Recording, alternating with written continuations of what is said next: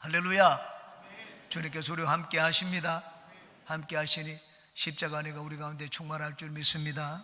낮아지신 예수 그리스도라는 제목으로 말씀의 은혜를 나누겠습니다. 근본 하나님의 본체이신 예수님이 하늘 보좌를 버리시고 지극히 낮은 인간 세상에 내려오셨습니다. 인간의 몸으로 오신 예수님은 저주의 상징인 십자가 달려 죽으시기까지 아주 낮아지셨습니다. 지극히 높으신 하나님이신 예수님이 왜 한없이 그렇게 낮아지셨습니까? 오늘은 바로 예수님이 낮아지신 그 은혜를 우리가 깨닫고 발견하고 또 체험하는 시간이 되기를 바라겠습니다. 세 가지를 말씀드립니다. 첫째, 예수님은 우리의 주가 되시기 위하여 낮아지셨습니다. 한번 따라해 주시기 바랍니다. 예수님은 나의 주가 되기 위해서 낮아지셨다. 예수님은 당신의 죄나 잘못 때문에 십자가 고난을 당하신 것이 아닙니다. 우리를 살리기 위하여 예수님이 십자가에 달려 돌아가셨습니다. 예수님은 십자가 고난을 통하여 우리에게 살 길을 마련해 주셨습니다. 몸을 찢어짐으로 하나님께 나아가는 길을 마련해 놓았습니다. 우리 죄의 문제를 해결하시기 위해서 예수님은 우리 모든 죄를 그 몸에 담당을 하셨습니다. 그리고 하나님 앞에 무서운 심판을 받았습니다. 십자가는 고통스럽고 무서운 형벌입니다. 예수님은 우리 죄를 짊어지셨기 때문에 예수님은 더 이상 의인이 아니었습니다. 십자가를 지신 예수님은 완전히 죄 덩어리였습니다. 하나님 앞에 무서운 심판을 받았습니다. 그러므로 이제는 예수 그리스도 안에서 나의 모든 죄가 전부 다 이제는 벗겨졌습니다. 한 번 심판받은 장소는 두 번 심판받지 않습니다. 십자가 예수님 앞으로 나아가면 이제는 하나님은 우리를 죄를 한 번도 짓지 않은 것처럼 여겨주십니다. 왜냐하면 예수님이 우리 죄를 십자가에서 모두 담당하셨기 때문입니다. 그러므로 우리가 이제 하나님 앞에 나아갈 수 있는 길, 죄의 짐을 벗는 길은 예수님 외에는 없습니다. 우리가 예수님을 믿는 것은 선행을 하기 위해서 예수님을 믿는 것이 아닙니다. 우리가 예수님을 믿는 것은 기독교의 가르침이 고상하기 때문도 아닙니다. 우리 죄의 짐을 벗는 길은 십자가 달리신 예수 그리스도밖에 없기 때문에 죄의 짐을 벗기 위하여 우리가 다 예수님을 믿는 것입니다. 죄의 짐을 벗겨주셨기 때문에 우리가 예수님을 내 주로 시인하고 섬기는 것입니다. 이사야 선지자는 예수님의 십자가 고난에 대해서 이렇게 예언을 해놓았습니다. 이사야 53장입니다. 그는 실로 우리의 질고를 지고 우리의 슬픔을 당하였거늘 우리는 생각하기를 그가 징벌을 받아서 하나님께 맞으며 고난을 당한다 하였노라. 그가 찔리면 우리 허물 때문이요 그가 상하면 우리 죄악 때문이라. 그가 징계를 받음으로 우리가 평화를 누리고 그가 채찍에 맞음으로 우리가 나음을 받았도다 그 말씀을 했습니다. 우리 때문에 예수님이 모진 고난을 당했다고 예언을 하였습니다. 예수님은 우리를 위하여 채찍을 맞으시고 십자가에 무서운 고통을 받으심으로 이제는 연약과 질병으로 고통당하는 우리에게 치료와 건강의 길을 열어놓았습니다. 그러므로 연약과 질병으로 고통당하는 분들은 십자가에 나를 위해서 채찍 맞으신 예수님께 나아가시기 바랍니다. 예수님은 약함과 질병으로 고통당하는 분에게 치료의 주님이 되시기 위하여 십자가의 고난을 대신 당하였습니다. 예수님은 우리의 건강을 주시기 위하여 치료를 주시기 위해서 대신 고통을 당하시고 계신 아픔을 겪었습니다. 나 이 아픔과 고통을 알아줄 사람이 없다 그렇게 생각하시는 분이 있습니까? 예수님께 나아가시기 바랍니다. 12일 동안 혈루증으로 앓던 여인은 자기의 그 아픔과 고통을 알아줄 사람이 없다고 생각을 했습니다. 가진 것은 다 탕진했습니다. 주변에는 가족들도 다 떠났습니다. 이제는 자기를 알아주는 사람이 없었습니다. 그런데 예수님께 나아가면 살 길이 있다고 생각을 했습니다. 예수님께 나아가서 그 겉옷자락을 만졌더니 하나님의 능력이 그 몸에 흘러 들어와서 그 즉시로 고침을 받았습니다. 주님은 우리 죄를 사하시는 용서의 하나님이실 뿐만 아니라 우리 병을 고치는 치료의 하나님이십니다. 질병으로 고통받는 분들은 이 시간 치료의 주님께 은혜를 입으시기를 주의 이름으로 축원합니다. 예수님은 또한 우리에게 아브라함의 복을 주시기 위하여 십자가에 달려 돌아가셨습니다. 아브라함은 민족의 복을 받고 땅의 복을 받고 그 이름이 창대하게 되는 복을 받았습니다. 이 아브라함의 복을 받기 위해서는 아브라함의 혈통을 이어받아야 됩니다. 우리는 아브라함의 혈통을 이어받지 않았습니다. 이방인입니다. 그런데 누구든지 믿기만 하면 이 아브라함이 받은 복을 우리도 받을 수 있도록 베풀어 놓았습니다. 바로 그것이 십자가입니다. 갈라디아서 3장입니다. 그리스도께서 우리를 위하여 저주를 받은 바 되사 율법의 저주에서 우리를 속량하셨으니 기록된 바 나무에 달린 자마다 저주 아래 있는 자라 하였습니다. 이는 그리스도 예수 안에서 아브라함의 복이 이방인에게 미치게 하고 또 우리로 하여금 믿음으로 말미암아 성령의 약속을 받게 하려 함이라. 유대인들만 받던 그 복을 우리에게 주시기 위하여, 온 세상에 나누어 주기 위하여 예수님은 십자가를 지셨습니다. 그러므로 이제는 예수님 앞에 나아가면은 우리는 수고하고 땀을 흘려야지 먹는 그 고통에서 해방을 얻고 자유를 얻을 수가 있습니다. 아브라함의 복은 은혜로 사는 삶이었습니다. 하나님은 우리에게 은혜로 살게 만들고 성령을 주시겠다고 약속을 하셨습니다. 하나님의 축복 중에 축복은 성령을 받는 것입니다. 원래 하나님의 성령은 하나님의 백성들에게 약속해 놓은 복이었습니다.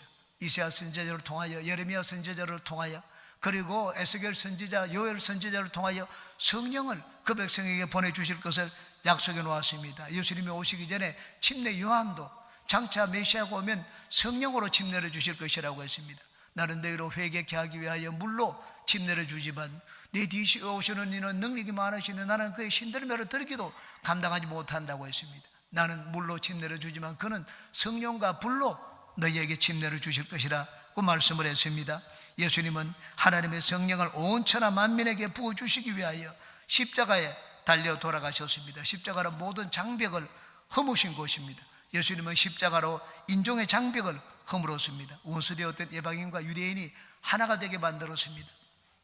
예수님은 성령을 보내주심으로 존재의 장벽을 허물었습니다. 하나님과 우리 사이에 존재의 벽을 허물었습니다.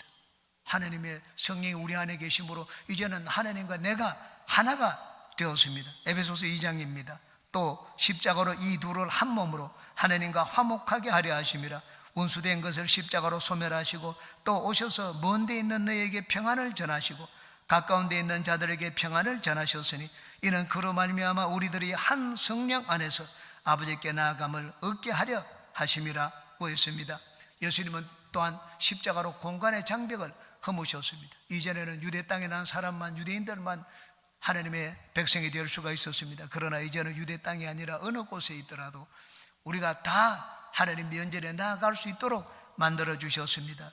오늘 우리가 주님 앞에 나왔습니다. 성령이 우리 가운데 계시기 때문에 우리는 하나님 면전에 있습니다. 여러분, 하나님을 만나기 위해서 예루살렘으로 가야 되는 것이 아닙니다. 이제 성령이 우리 가운데 오셨기 때문에 우리는 어느 곳에서나 하나님 면전에 나아갈 수가 있습니다.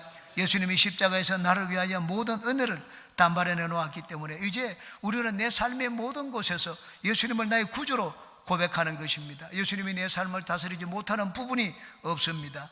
여러분의 삶의 필요를 채우기를 원하시는 분들은 예수님을 여러분 삶의 주인으로 모시기 바랍니다. 주인은 다른 것이 아닙니다. 주님이라는 말은 나를 다스린다는 말입니다. 예수님은 내 삶의 모든 곳에서 나의 주님이 되시기 원하십니다. 예수님이 십자가를 지셨습니다. 내 삶의 모든 곳에서 내 주인이 되시기 위하여 십자가를 지셨습니다. 예수님이 십자가를 생각하는 고난 주간에 더욱더 예수 그리스도의 주 되심을 체험하고 감사하고 찬양하는 여러분이 되시기를 주님의 이름으로 축원합니다. 두 번째입니다.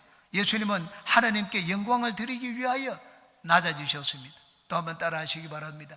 예수님은 하나님께 영광을 드리기 위하여 낮아지셨다. 11절을 보시기 바랍니다. 모든 입으로 예수 그리스도를 주라 시인하여 하나님 아버지께 영광을 돌리게 하셨느니라고 했습니다. 십자가를 지신 그 결말이 무엇입니까? 하나님께 영광입니다. 예수님은 에덴 동산에서 범죄하여 쫓겨나 우리 인간을 다시 살리기 원하시는 하나님의 마음을 잘 알고 계셨습니다. 그리고 우리 인간이 살 수 있는 길은 예수님이 인간의 몸으로 이 땅에 오셔서 제물이 되는 것, 그것밖에 없다는 것도 알고 계셨습니다. 여러분, 우리 인간의 죄를 대속하기 위해서는 죄인이 죄를 대속할 수가 없습니다.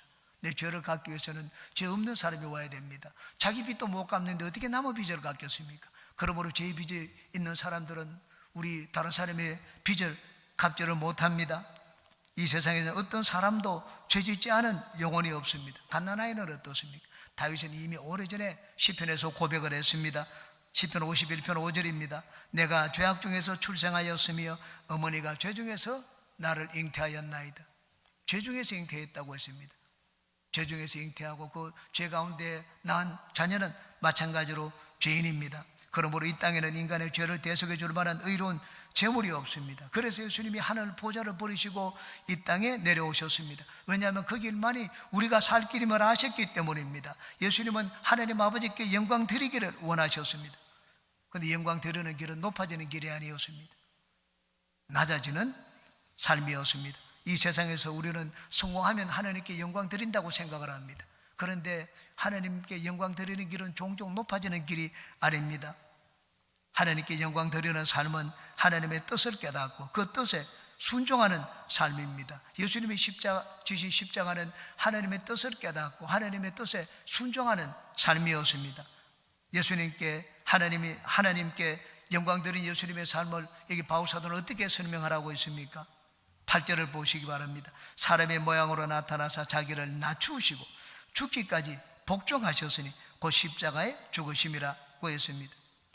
하나님께 영광 드린 삶을 낮아지고 복종하는 삶이라고 했습니다. 하나님의 본체이신 예수님이 인간이 되셨습니다. 지극히 낮아지셨습니다. 왜냐하면 그것만이 하나님의 뜻을 이루는 길임을 아셨기 때문입니다. 예수님이 낮아지신 것은 우리에게 잘 보이기 위한 것이 아니었습니다. 우리를 높이기 위하여 낮아지신 것이 아니었습니다. 예수님의 낮아지심은 전적으로 하나님의 뜻에 순종하신 낮아지심이었습니다. 예수님의 순종은 이 땅에 와서 결정된 것이 아니었습니다. 창세전에 하나님의 뜻에 순종했습니다. 에덴 동산에서 아담이 범죄했을 때 하나님은 뱀을 향하여 심판을 선고했습니다. 창세기 3장 15절입니다. 내가 너로 여자와 원수가 되게 하고 너희 후손도 여자의 원수가 되게 하리니 여자의 후손은 내 머리를 상하게 할 것이고 너는 그의 발꿈치를 상하게 할 것이라고 말씀을 했습니다. 여러분, 낮아지기 위해서는 자기를 내려놓아야 됩니다. 6절 7절 보시기 바랍니다. 그런 근본 하나님의 본체시나 하나님과 동등됨을 취할 것으로 여기지 아니하시고 오히려 자기를 비워 종의 형체를 가지사 사람들과 같이 되셨고 라고 했습니다. 자기를 비웠다는 것은 하나님의 본체로 상실한 것을 말한 것이 아닙니다. 이 땅에 계실 때 예수님은 인간의 동시에 여전히 하나님이셨습니다. 그러므로 그렇지만 하나님이셨지만은 속으로 내가 누군데 너희들 한번 혼나봐야 되겠느냐? 예수님은 그런 생각도 하지 않으시고 그런 말씀도 하지 않으셨습니다. 예수님이 만약에 내가 누군데 라는 그런 생각을 가지셨다면 이 땅에 내려오시지 않으셨을 것입니다. 이 땅에 내려오시기로 결정을 하셨을 때 예수님은 내가 누군데 나는 하나님이다, 이 모든 생각을 버리셨습니다. 근본 하나님의 본체십니다. 이 땅에 내려오셨을 때도 예수님은 하나님이셨습니다. 그렇지만은 예수님은 높은 생각을 가지지 않았습니다. 영광 받겠다는 생각을 갖지 않았습니다. 예수님이 왜 낮아지셨습니까? 하나님의 뜻에 순종하기 위해서였습니다. 우리가 낮아지지 않고는 하나님의 뜻에 순종할 수가 없습니다. 하나님의 그의 정도로 사용할 때 보십시오. 그냥 사용한 적은 거의 없습니다. 하나님이 전부 다 낮추셨습니다. 모세는 뛰어난 일꾼이었습니다. 재능이 많았습니다. 언변이 뛰어났습니다. 무술도 뛰어났습니다. 신분도 바로 공주의 아들이었습니다. 출중했습니다. 그런데 하나님이 모세로 사용하실 때 40년 동안 광야로 가서 아무것도 아닌 존재인 것처럼 깨닫기를 원했습니다. 모세는 모든 것을 다 갖추었지만 하나님 보시기에 한 가지 부족한 것이 있었습니다. 그것은 겸손이었습니다. 진정한 겸손이었습니다. 자기를 내려놓는 겸손이었습니다. 나중에 80이 되었을 때 모세는 하나님께 부름을 받았습니다. 모세는 많이 깨어졌습니다. 낮아졌습니다. 철저하게 모세는 낮아졌습니다. 깨어지고 낮아져서 자기를 부인하는 모세를 하나님은 위대하게 사용하셨습니다. 요셉을 사용하실 때도 마찬가지입니다. 형들 앞에 세우실 때 하나님은 요셉을 승승장구해서 형들보다 뛰어나게 하지 않았습니다. 낮은 길을 걷도록 하셨습니다. 낮아지게 만들었습니다. 종으로 팔려가게 하고 죽을 위험을 겪도록 만들고 심지어는 억울한 누명을 쓰고 감옥에 가도록 했습니다. 다윗을 이스라엘의 왕으로 세울 때도 마찬가지였습니다. 하나님은 먼저 다윗이 낮아지는 체험을 하도록 했습니다. 낮아짐이 없이는 우리가 하나님께 순종할 수가 없고 순종이 없이는 하나님께 영광을 드릴 수가 없습니다. 하나님께 영광 드리는 길은 높은 곳에 있지 않습니다. 순종하는 곳에 있습니다. 순종하기 위해서는 나를 버려야 됩니다. 영광 받기를 바라는 마음을 버려야 됩니다. 높아지기 원하는 마음을 버려야 됩니다. 대접받기 원하는 마음을 버려야 됩니다. 그런 길은 마귀가 우리에게 유혹하는 길입니다. 하나님은 우리에게 원하시는 길이 아닙니다. 하나님은 우리가 낮은 곳으로 가기를 원하십니다. 넓은 문으로 가지 말고 좁은 문으로 가라고 하셨습니다. 자기를 버리는 삶을 살라고 말씀을 하셨습니다. 여기 있는 말씀처럼 다른 사람을 나보다 낫게 여기라고 말씀을 했습니다. 우리는 하나님께 순종을 하되 철저하게 순종을 해야 됩니다. 예수님은 하나님께 영광을 드리기 위하여 철저하게 순종을 했습니다. 십자가 달려 죽기까지 순종을 했습니다. 여러분, 십자가의 길은 결코 편안한 길이 아니었습니다. 쉬운 길도 아니었습니다. 고통스럽고 피하고 싶은 길이었습니다. 그래서 예수님은 겟세마네 동산에서 땀방울이 핏방울이도 하나님께 기도했습니다. 할 수만 있으면 이 잔을 나에게서 옮겨달라고 했습니다. 너무나 고통스러운 길이었기 때문입니다. 십자가 위에서는 엘리 엘리 라마 사박다니, 나의 하나님 어찌하여 나를 버리십니까? 절규를 했습니다. 왜냐하면 그 고통스러움과 버림받은 그 감정은 이루 말할 수가 없이 고통스러웠기 때문입니다.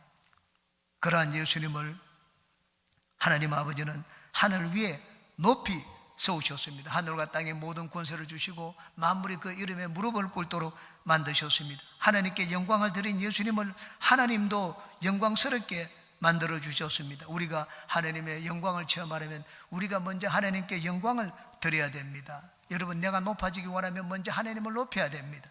여러분은 여러분이 가진 모든 것을 가지고 하나님을 높이시고 하나님께 영광을 드리는 삶을 사시기 바랍니다.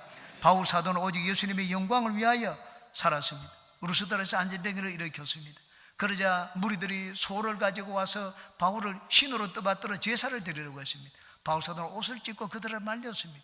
이보시오, 나도 여러분과 성경이 똑같은 사람이라고 했습니다. 사람에게 그렇게 하면 안 된다고 했습니다. 하나님은 하늘에 계시니까 하나님께 영광을 드리라고 했습니다. 바울 사도도 예수님을 높였습니다. 만삭되지 못하여 난 자 같은 말죄된 바울 사도를 하나님은 이방인의 사도로 세우시고 모든 사도들보다 높여주셨습니다. 우리가 높임받는 길이 있습니다. 그것은 예수님께 영광을 드리고 우리 하나님만 높이는 길입니다. 우리를 살리기 위해서 십자가 고난을 당하신 예수님을 생각할 때마다 우리가 더 낮아져서 주님만을 높이는 인생을 사시는 우리 모두가 되시기를 주님의 이름으로 축원합니다. 세 번째입니다. 낮아짐은 기독교인의 역설적인 삶의 원리입니다. 한번 따라 하시기 바랍니다. 낮아짐은 기독교인의 역설적인 삶의 원리이다. 예수님의 가르침과 삶은 역설적인 진리였습니다. 하나님은 예수님 안에 역설적인 진리를 감추어 두셨습니다.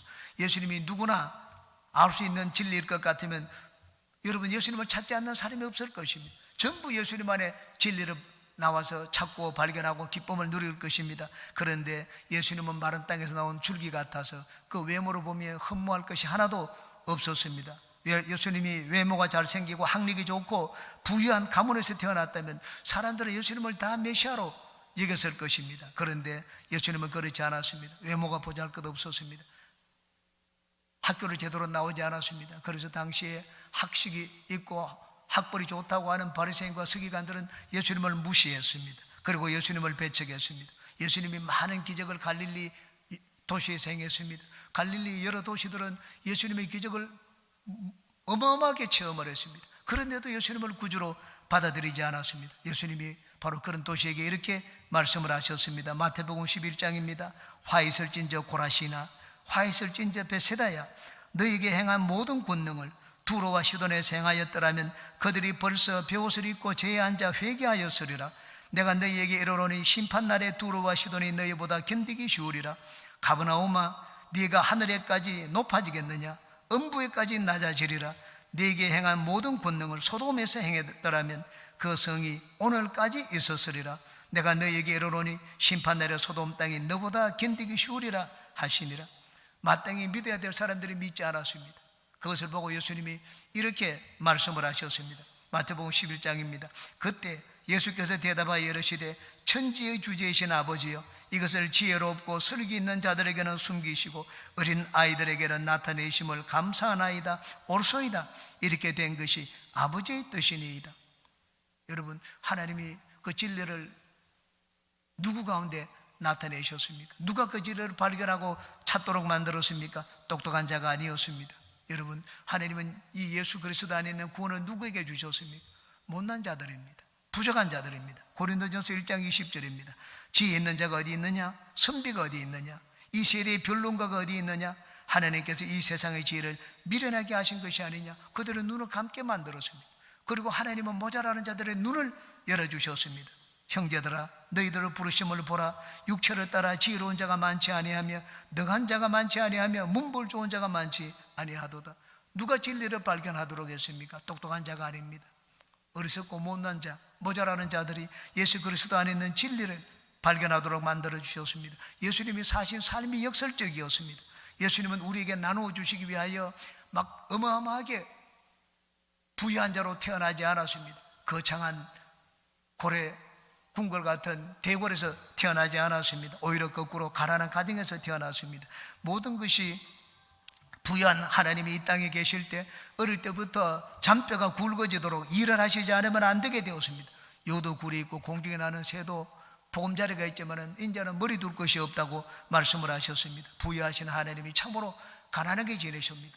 왜 예수님이 그렇게 가난하게 지냈습니까? 가난을 하시기 위해서입니다.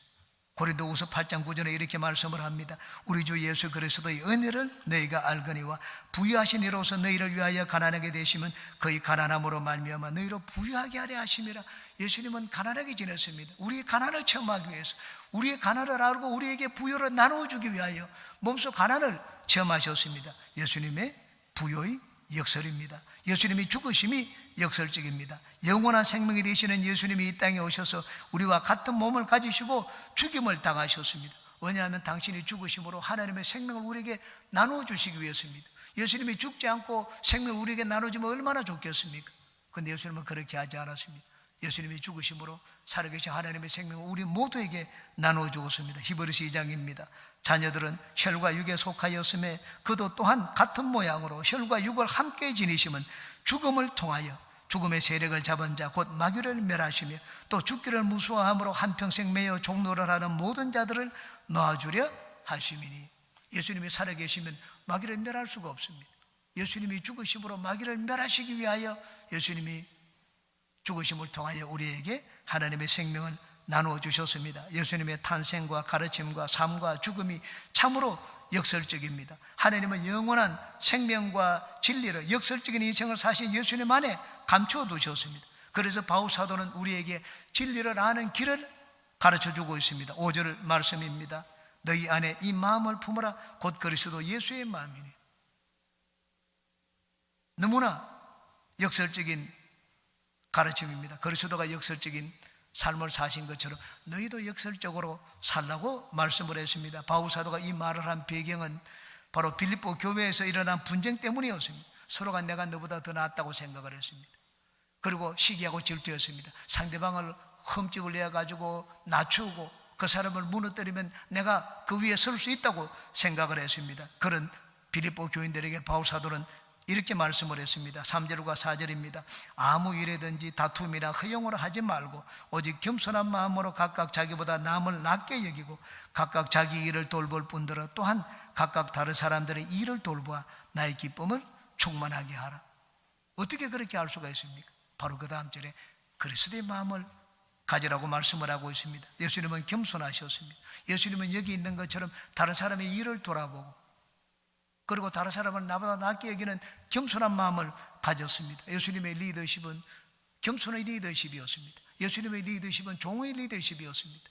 예수님의 리더십은 섬김의 리더십이었습니다. 하나님은 교만한 자를 대적하시고 겸손한 자를 높이십니다.